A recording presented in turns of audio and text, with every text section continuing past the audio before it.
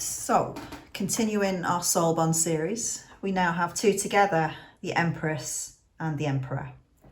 Should they come up in a tarot reading, there's a strong sign here that you're dealing, or the other person is dealing with a soul bond scenario.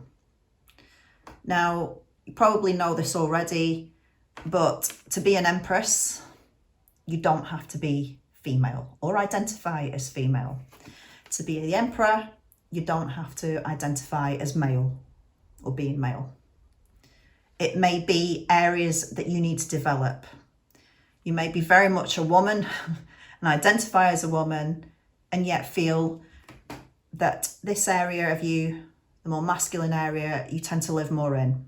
So maybe you struggle with your feelings. It may be that you are the Emperor, but you may have the masculine energy about you,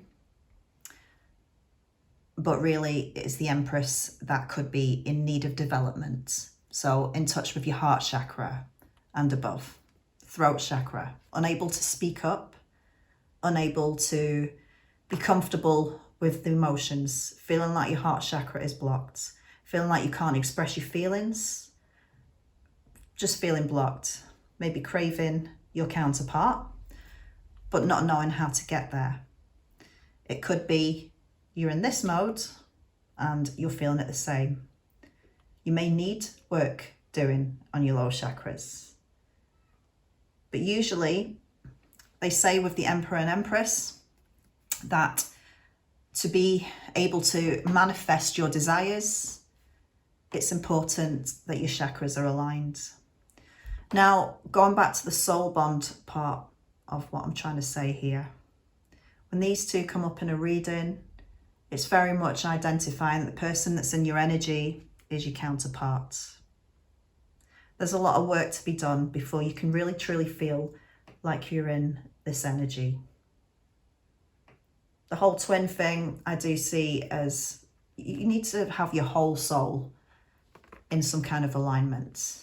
A lot of the time with twin flames and all that jazz, don't particularly like the twin flame thing, but divine counterparts, the lovers, all that, big believer in. You may feel that you're not with your person. You may feel that you two are both developing. When these two come together, it's very divinely guided.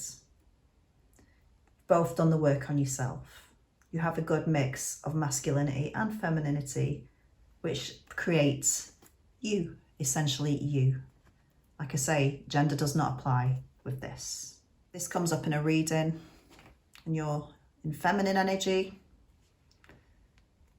It's usually a depiction of the person that you're thinking about or see as the Emperor. And ditto the other way. For these to align,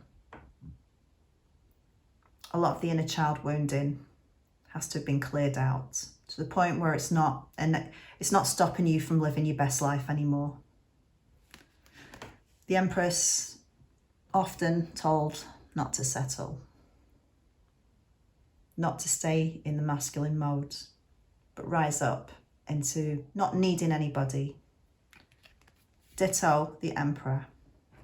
By the time these two are in this mode, low-level relationships are just not going to cut it.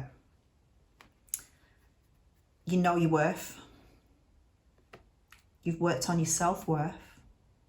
It takes many lessons to get into these modes. It can take many lifetimes to really, truly be in these modes. And even if you do reach these modes, it can sometimes feel short-lived because there's always some curveball from the universe telling you, you need to work on this. But in relation to soul bonds, yeah, these two show up. It's an absolute fact that you're dealing with a soul bond in the tarot. I hope this has helped. I'll probably think of loads more to say after I've finished.